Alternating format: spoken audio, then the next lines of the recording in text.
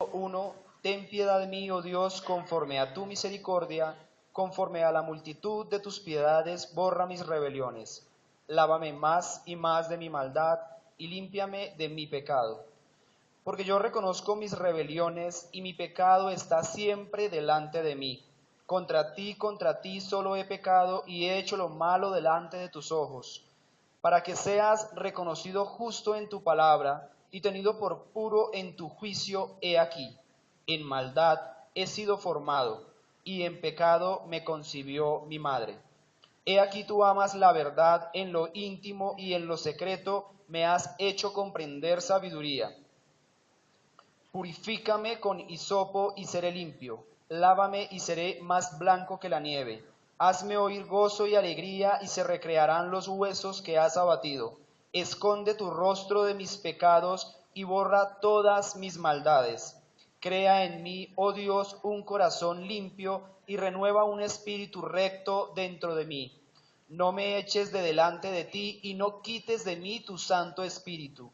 Vuélveme el gozo de tu salvación, y espíritu noble me sustente. Entonces enseñaré a los transgresores tus caminos, y los pecadores se convertirán a ti. Líbrame de homicidios, oh Dios, Dios de mi salvación. Cantará mi lengua tu justicia. Señor, abre mis labios, y publicará mi boca tu alabanza, porque no quiero sacrificio, que yo lo daría, no quieres holocausto. Los sacrificios de Dios son el espíritu quebrantado. Al corazón contrito y humillado no despreciarás tú, oh Dios. Haz bien con tu benevolencia a Sión. Edifica los muros de Jerusalén. Entonces te agradarán los sacrificios de justicia, el holocausto u ofrenda del todo quemada. Entonces ofrecerán becerros sobre tu altar. Hermanos, oremos al Señor. Ponemos una vez más este tiempo en sus manos. Inclinemos el rostro, cerramos nuestros ojos. Padre, eres tú, Señor, bueno para con nosotros, benévolo, misericordioso, Señor, porque no nos has consumido, porque nuestra lista, nuestro prontuario es extenso, Señor, porque solo podemos acogernos a ti, Señor, humillados, porque no somos nosotros dignos de estar delante de ti con el pasado que tenemos, Señor, y tal vez muchos otros con el presente que aún siguen teniendo, Señor.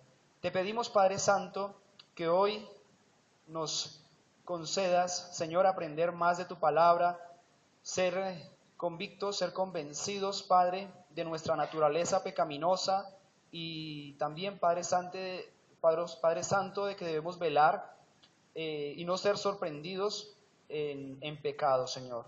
Guíanos, asístenos con tu Santo Espíritu, Padre Celestial, en los méritos de nuestro Salvador, el Señor Jesús. Amén. Amados hermanos, amigos, este Salmo 51, como les había mencionado, es un salmo penitencial. El enunciado nos dice que el autor es el rey David. También este salmo, el tema del salmo es el arrepentimiento y la petición de purificación del rey David a Dios. Y esto está condensado, esto él lo enmarca en una oración. Todo el Salmo 51 es una oración de arrepentimiento y de petición por purificación del rey David. Nosotros el domingo anterior tuvimos el Salmo 50. Y el Salmo 50, en su exposición, se nos enseña que hay una convocación y hay un llamado a la tierra en general, porque vendrá un juicio, y es un juicio donde ningún hombre escapará. Es un juicio futuro en parte, pero también podemos reconocer que hay juicio presente para la maldad del hombre. Bien, hoy nosotros en este Salmo 51 vamos a ver en ejecución el juicio de Dios sobre un hombre en particular, porque no importaba que fuera rey, no importaba que fuera creyente, hijo de Dios, este hombre sería juzgado por Dios. Y la composición del Salmo 51 es el resultado del juicio que Dios llevó a cabo en el rey David. De ahí es que este salmo bebe básicamente va a ser su contexto, que posteriormente lo vamos a detallar un poco más en cuanto al contexto del salmo.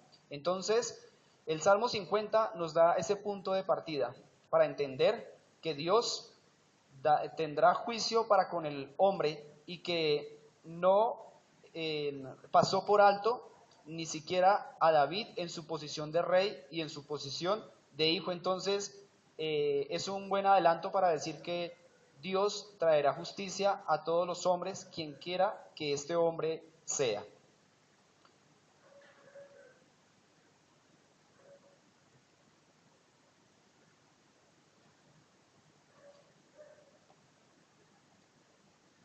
Ten piedad de mí, oh Dios, conforme a tu misericordia, conforme a la multitud de tus piedades, borra mis rebeliones. Lávame más y más de mi maldad y límpiame de mi pecado, porque yo reconozco mis rebeliones y mi pecado está siempre delante de mí. Les mencioné que estas palabras conmovedoras de David surgen de un evento en particular, porque aunque David pecó en varias ocasiones, no hubo un pecado en su vida que trajera mayores consecuencias en todo su trasegar. Entonces, vamos a evaluar el contexto del Salmo 51, y el contexto no lo da el enunciado. Este enunciado, que es totalmente perteneciente al Salmo, no es simplemente un título, sino que es para acatar y es para entender como parte del Salmo. Al músico principal, Salmo de David, cuando después que se llegó a Betsabé, vino a él Natán el profeta. Ese precisamente es el escenario en el cual este salmo se desenvuelve. Y para nosotros es bien conocida la historia donde David lleva a cabo tan vil pecado, pero lo vamos a recordar nuevamente, es necesario para el Salmo. Nosotros encontramos registrada la historia en Segunda de Samuel, en el capítulo 11, si desean pueden acompañarme. Vamos a leer versículos intercalados. No es mi deseo detenerme tanto en el contexto, aunque es necesario que pasemos por él. Bien, aconteció en el año siguiente, en el tiempo que salen los reyes de la guerra, que David envió a Joab y con él a sus siervos y a todo Israel, y destruyeron a los amonitas y sitiaron a Rabá. Pero David se quedó en Jerusalén. Y sucedió un día, al caer la tarde, que se levantó David de su lecho y se paseaba sobre el terrado de la casa real. Y vio desde el terrado a una mujer que se estaba bañando, la cual era muy hermosa. Y envió David mensajeros y la tomó y vino a él, y él durmió con ella. Luego ella se purificó de su inmundicia y se volvió a su casa. Versículo 7 del capítulo 11. Cuando Urías vino a él, David le preguntó por la salud de Joab y por la salud del pueblo y por el estado de la guerra. Después dijo David a Urías: desciende a tu casa y lava tus pies. Y saliendo Urías de la casa del rey, se fue enviando presente de la mesa real. Vamos a detenernos ahí. La historia continúa y sabemos que David actuaba con cierta bondad para con Urías, porque deseaba que Urías fuera a su casa, a la casa de su esposa, y durmiera con ella, y que así pudiese su pecado ser encubierto. David lo intenta una vez, pero no consigue resultado alguno. En la segunda ocasión lo que hace es embriagarlo. En la primera ocasión, Urías se había quedado velando por el rey, velando por el pueblo, porque su pensamiento era que él no podía estar con su esposa mientras sus amigos del ejército estaban peleando y aún así el rey estaba también allí. Entonces él no baja y vemos la nobleza del corazón de este hombre y también lo implacable del corazón de David. Por segunda vez insiste el rey David y le embriaga y le manda nuevamente a la casa, pero él con sus mismas razones no desciende a su casa. Entonces a David no le queda otra opción, es una bola de nieve que ni él mismo midió y que ha ido cogiendo más y más peso. Entonces, al no haber conseguido por este lado resultados, lo que intenta ya es lo último, y es enviar con el mismo Urías la espada con la que iba a ser muerto.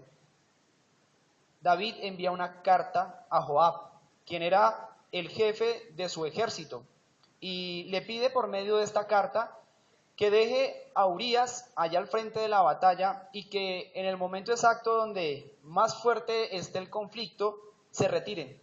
Y él así perderá su vida. Y en efecto fue esto lo que sucedió. David se había involucrado ya en un adulterio y este adulterio posteriormente lo llevó a quitarle la vida a el esposo de esta mujer vilmente. Esto lo habían sabido pocos, tal vez Joab, Betsabé, David, pero pocos sabían lo que había sucedido. Sabemos que siempre hay alguien que sabe también las cosas, alguien que conoce lo íntimo de nuestro corazón, y ese es Dios, quien está presente, por supuesto, también aquí, viendo el actuar de su hijo David, el rey que había sido ungido para su nación. Versículo 27, y pasando el luto, Betsabé envió David y la trajo a su casa, y fue ella su mujer, y le dio a luz un hijo. Mas esto que David había hecho fue desagradable ante los ojos de Jehová. David había transgredido la ley de Dios y a Dios no le había agradado nada lo que él había hecho. Como les comentaba, el Salmo 50 nos habla de ese juicio y aquí el profeta Natán es enviado a declararle el juicio al rey David. Habían pasado 9 meses en los que claramente David estaba en rebelión contra Dios. David estaba en una situación de no confesión. 9 meses, al terminar más o menos esos 9 meses, viene Natán, el profeta enviado de Dios, y claro que la dureza del corazón de David era notoria. Por eso tiene Natán que acercarse con una historia y persuadirlo, porque abiertamente, si lo confrontaba, él no iba a reconocer su pecado. Entonces le narra la historia del hombre rico que tenía muchas ovejas y del pobre que tenía una que había cuidado toda su vida. Viniendo una visita para el hombre rico y ya dispuestos a darle un banquete, el hombre rico toma la oveja de aquel hombre que solo tenía esa oveja, la sacrifica y le da a su invitado. Entonces David dice que tal hombre tiene que pagarla 4 veces y que adicional a eso tiene que morir. Natán le dice, el tal hombre eres tú. Y el juicio lo vemos en el capítulo 12 de el versículo 9. Porque pues tuviste en poco la palabra de Jehová, haciendo lo malo delante de sus ojos. A Urías Heteo heriste a espada, y tomaste por mujer a su mujer, y a él lo mataste con la espada de los hijos de Amón. Por lo cual ahora no se apartará jamás de tu casa la espada, por cuanto me menospreciaste y tomaste la mujer de Urías Heteo para que fuese tu mujer. Así ha dicho Jehová: he aquí, yo haré levantar el mal sobre ti de tu misma casa, y tomaré tus mujeres delante de tus ojos y las daré a tu prójimo, el cual yacerá con tus mujeres a la vista del sol. Porque tú lo hiciste en secreto, mas yo haré esto delante de todo Israel y a pleno sol. Entonces dijo David a Natán: pequé contra Jehová. Y Natán dijo a David: también Jehová ha remitido tu pecado, no morirás.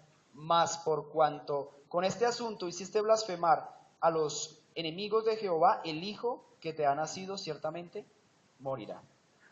Este es el contexto del Salmo. Natán confronta a David por su pecado, y su pecado es remitido. Ciertamente no moriría David, tenía que morir físicamente, pero también le está asegurando que espiritualmente no moriría. Y David, en este pecado, que es el más nombrado de él, porque tuvo otros, es donde toma para componer el Salmo 51, en el cual nos vamos a concentrar. Este Salmo 51 es bastante extenso. Entonces, lo que yo hice fue presentar el Salmo extrayendo 5 elementos que son pilar del Salmo, que son centrales del Salmo. Entonces, esta es la forma en que vamos a considerar el Salmo, es la forma en la que vamos a acercarnos a este escrito. Entonces, como les dije, son 5 elementos. El primer elemento es: reconozco mis rebeliones. Nosotros, yendo al Salmo 51, en el versículo 3, dice: porque yo reconozco mis rebeliones, y mi pecado está siempre delante de mí. Difícilmente podríamos olvidar este pecado en particular. Y bueno, nosotros también estamos transitando por este mundo, y nuestra naturaleza es presa de pecar. Entonces es aquí donde concierne que meditemos en estas palabras del salmista: porque yo reconozco mis rebeliones y mi pecado está siempre delante de mí.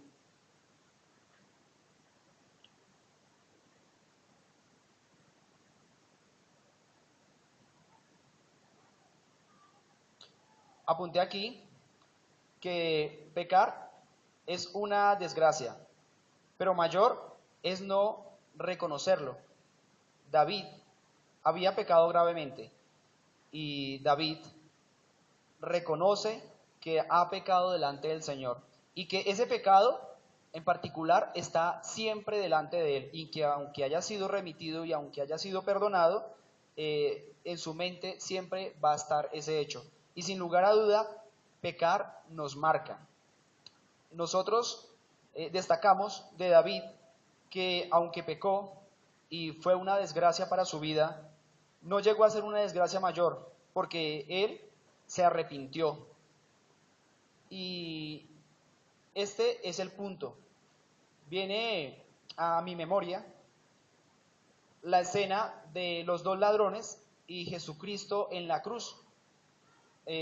Un ladrón, ¿verdad?, reconvenía al Señor Jesús.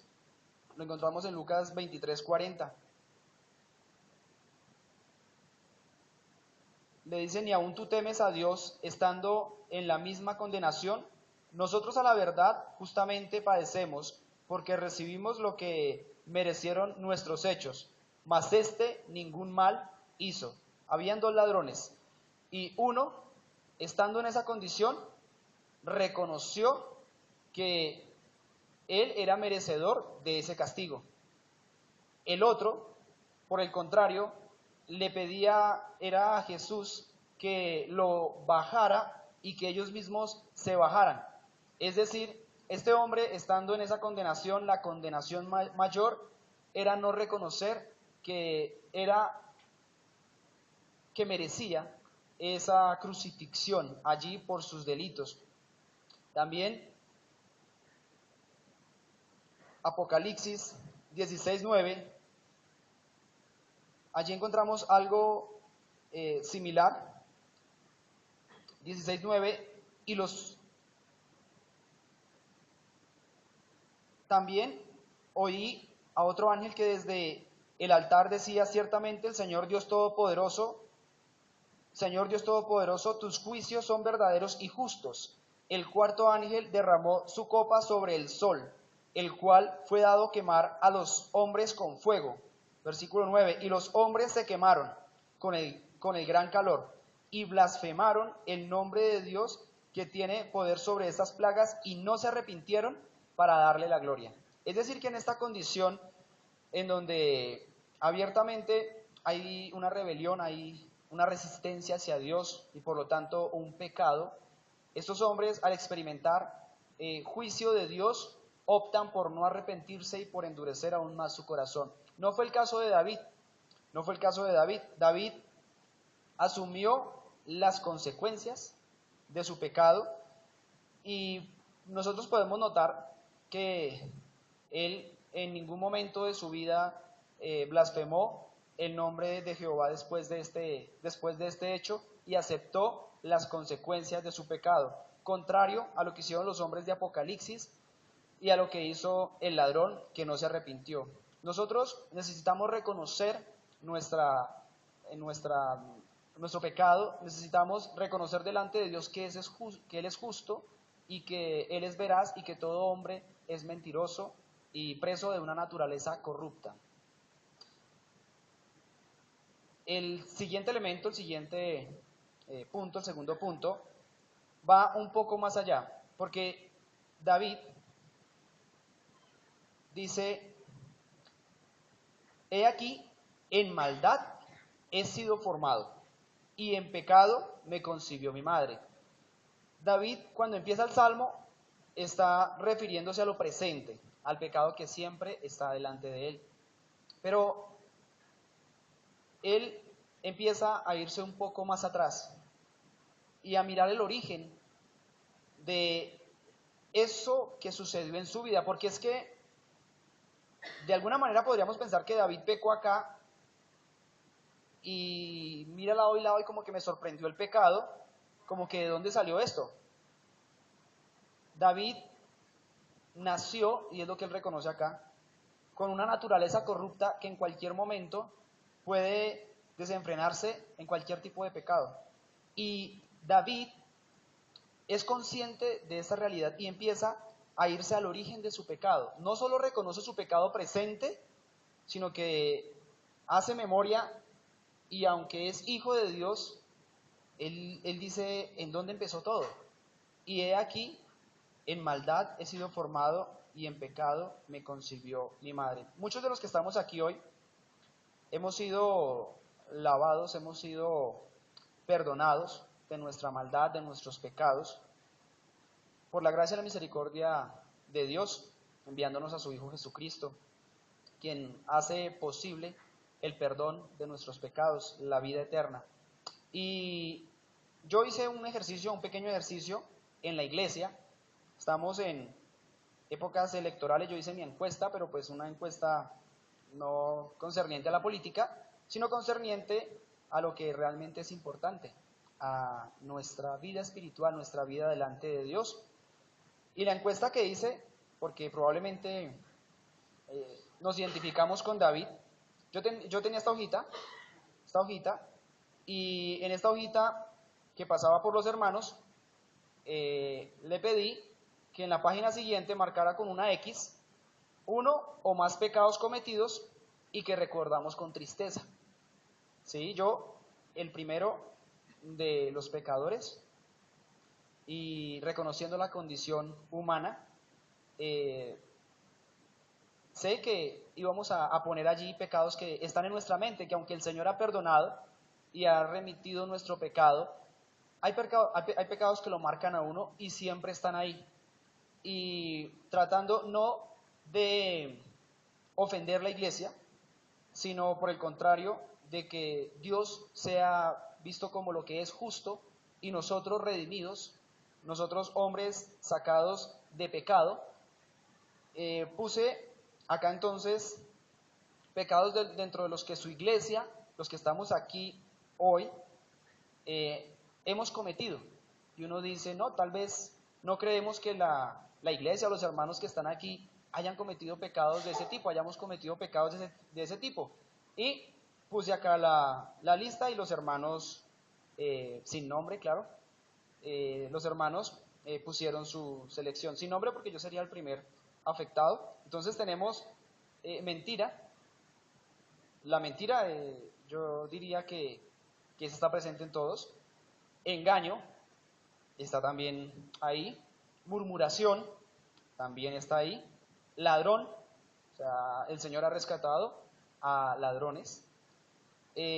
También a idólatras, altivos, también a homosexuales, también a homicidas, también.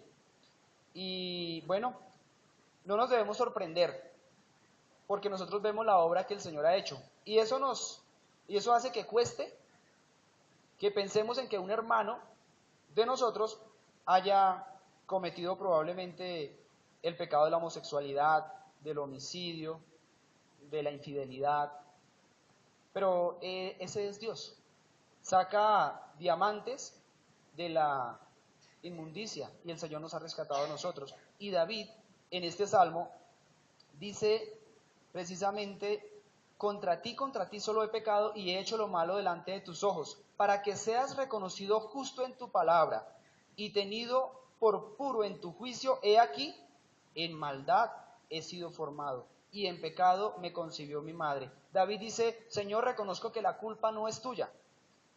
Reconozco que el pecado es mío y que soy responsable de él. Y es que para alcanzar perdón, lo primero que tenemos que hacer es apropiarnos de nuestro pecado, porque no es de otro, es nuestro pecado. Y David primero reconoce el pecado con Betsabé, y luego va un poco más atrás y dice, Señor, es que yo desde el vientre de mi madre vengo con esta condición, y es la condición que heredamos de Adán y Eva, porque Adán y Eva fueron formados a la imagen y semejanza de Dios, pero he ahí los hijos que nacieron después, dice Génesis, fueron creados a la imagen y semejanza de Adán y de Eva, es decir, con esta naturaleza ya corrupta. Proverbios 22:15 nos dice que la necedad está ligada en el corazón del muchacho. Venimos con eso desde nuestro nacimiento. También nos dice Romanos que no hay justo ni aun uno. Eso también incluye a los infantes. Y David, claro que no se queda ahí. David, una vez ha reconocido su pecado presente, pasado, se va a pedir purificación a Dios. Ese es el elemento número 3. Purifícame con hisopo. El hisopo era una planta muy usada dentro del pueblo de Israel, se producía bastante allí, y esta planta era usada para limpiar a los leprosos, las llagas de los leprosos. David está pidiendo que sea limpiado como es limpiado un leproso, pero espiritualmente, claro. Y también el hisopo fue usado para rociar la sangre en los dinteles de las casas de Egipto para que los primogénitos no murieran.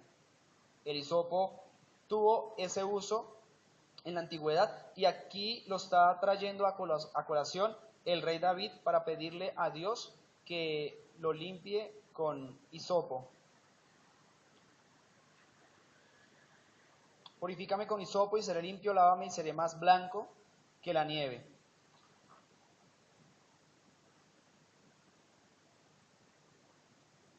Adicional, a esta limpieza, él le pide algo más.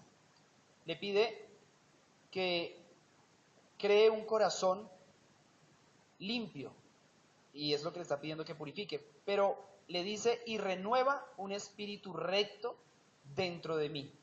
Es decir, David es consciente que tiene que el Señor obrar milagrosamente en su vida para que ese pecado que por naturaleza traemos sea mitigado a su mínima expresión. Y es por eso que el salmista hace tal petición. El elemento número 4 dice, vuélveme el gozo de tu salvación. Entonces le ha pedido purificación, le ha pedido poner un corazón recto dentro de él, y también le pide que como consecuencia de lo anterior venga un gozo a su corazón, ese gozo que se experimenta de los salvos que están a cuentas con Dios. Porque claro, podemos haber salvos que estamos contristando al Espíritu Santo por nuestro pecado, y que tal vez, como David, llevemos 9 meses sin confesar nuestro pecado, y que eso nos quite el gozo de nuestra salvación. Pues es lo que dice David en el Salmo 51:8. Dice, hazme oír gozo y alegría, y se recrearán los huesos que has abatido. E inmediatamente viene a nuestra mente el salmo que también él escribió, en donde define lo que experimentaba en esos 9 meses. Salmo 32:2. Mientras callé, se envejecieron mis huesos, en mi gemir todo el día. Eso experimenta a conciencia nosotros como creyentes cuando contristamos al Espíritu Santo y cuando no confesamos, siendo creyentes, nuestros pecados, los pecados que no nos dejan prosperar. El quinto y último elemento que define bastante bien el Salmo está en el versículo 17. Los sacrificios de Dios son el espíritu quebrantado. Al corazón contrito y humillado no despreciarás tú, oh Dios. Levítico da las ordenanzas de todo lo relacionado con respecto al sacrificio de víctimas, de corderos, de palomas y demás. Y claro que David estaba y se encontraba en este contexto, en donde todavía se sacrificaban animales para la remisión del pecado temporal de los hombres. Ahora bien, nosotros tenemos cierta cauterización en la conciencia y pesamos la vida, o si nos ponen entre un ser humano y un animal, a nosotros fácilmente se nos viene, no, que muera el animal. Y eso se ha hecho ya parte de nuestras vidas. Las corridas de toro donde mueren animales sin mayor problema. Y es que hay un orden y vale más la vida de un ser humano que la de un animal, según el orden que Dios dio. Pero eso en ningún momento dice que Dios esté aprobando que matemos animales indiscriminadamente. Dios pide a los hombres que cuiden la vida tanto de los animales, ¿verdad?, en su orden de jerarquía, y también a la vida humana. Proverbios 12:10 dice, el justo cuida de la vida de su bestia. Es decir que Dios, y así originalmente fue, el hombre no comía animales. Y yo no estoy promoviendo acá que seamos vegetarianos, ¿verdad? Porque Dios también aprobó que participáramos de la comida de los animales. A lo que voy es que se ha creado cierta insensibilidad en el ser humano por quitarle la vida a un animal. Y es que en los sacrificios se degollaba un animal. Actualmente los hombres del Islam en la Meca van y llevan su cordero y lo sacrifican.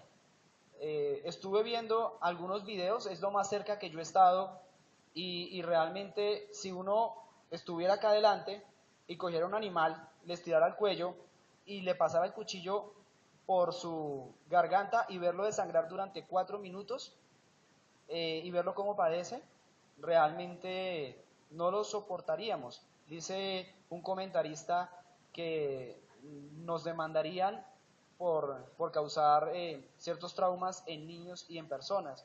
Y es que Dios, cuando establece este orden, trata con algo tan fuerte para que nosotros como seres humanos podamos entender la gravedad de nuestro pecado, y más que eso, que es lo que David aquí nos está enfatizando, que yo llevo un animal y yo pongo las manos sobre él, lo llevo al sacerdote que era el que ofrecía el sacrificio, y yo veo cuando le pasan el cuchillo por el cuello, y eso debe hacer algo en la persona que lo ofrecía, porque ese animal lo estaba representando a él, y él tenía que ir a ese altar para que le pasaran el cuchillo por el cuello. Entonces, lo que David dice acá, porque no quiere sacrificio, que yo lo daría, porque el fin no es ese, sino que esa era la forma en la que podía llegar al corazón del hombre y que el hombre pudiera apropiarse de su pecado. ¿Qué es lo que busca Dios con estos sacrificios? Los sacrificios de Dios son el espíritu quebrantado. Al corazón contrito y humillado no despreciarás tú, oh Dios. El fin de todo ese orden en el cual se sacrificaba era que el hombre no estuviera ofreciendo cada rato corderos, que pasara probablemente una vez y que ya después de ver eso uno no vuelva a hacer lo mismo. Pero eso se convirtió en algo que parece pan de cada día, y el Señor se desagradó tanto de esos sacrificios que no conducían a un corazón quebrantado, a un corazón contrito y humillado, porque ese era el fin de los sacrificios.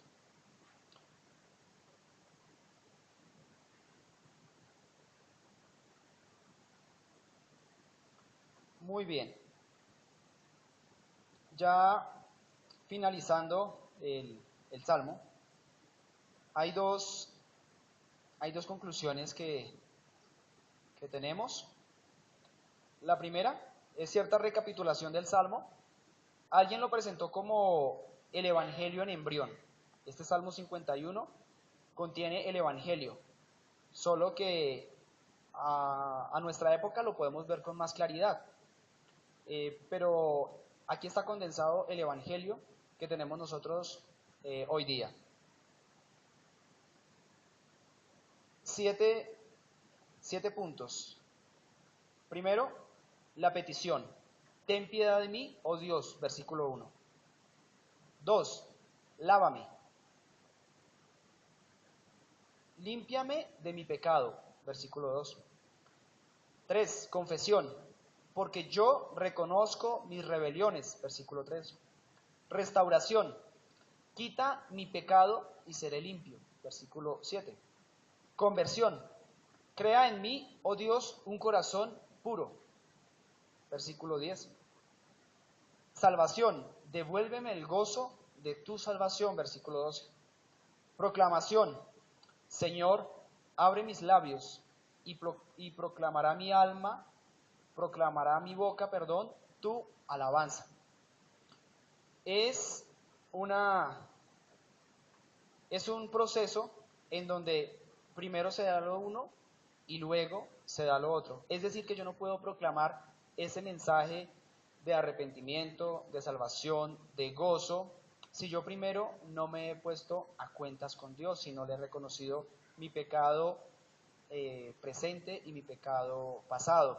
Y que de ahí yo pido al Señor que me purifique, que me vuelva al gozo de la salvación, ¿sí? Entender que el sacrificio que hizo posible la redención de toda la humanidad, de los del Antiguo y del Nuevo Testamento, fue el Cordero enviado de Dios, el único que puede quitar en su totalidad el pecado del mundo, y que nosotros debemos conformarnos a ese estándar.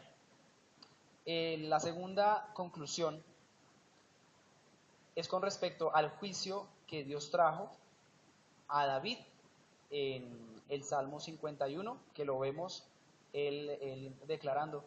Y es que Dios trae juicio y trae consecuencias al pecado del hombre, por el pecado del hombre. Solo que Dios no busca la destrucción del hombre, porque Dios lo que está buscando es precisamente lo que logró en David. No era destruirlo, sino que por el contrario, él pudiera estar persuadido de su maldad, de su necesidad de Dios, el fin de Dios para con el hombre cuando trae situaciones adversas a su vida, no es destruirlo, sino levantarlo. Pero para levantarlo tiene que primero el hombre humillarse. Entonces, básicamente, esta es la enseñanza con respecto al Salmo 51, y vamos a tener un tiempo de oración, hay un hermano que tiene los motivos de oración, entonces nos vamos a organizar eh, haciendo parejas, la fila de adelante con la fila de adelante con la fila de atrás.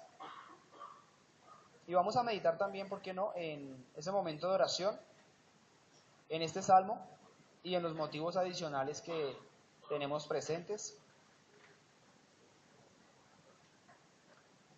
Una vez hayamos orado, nuevamente estaré y haremos una oración final.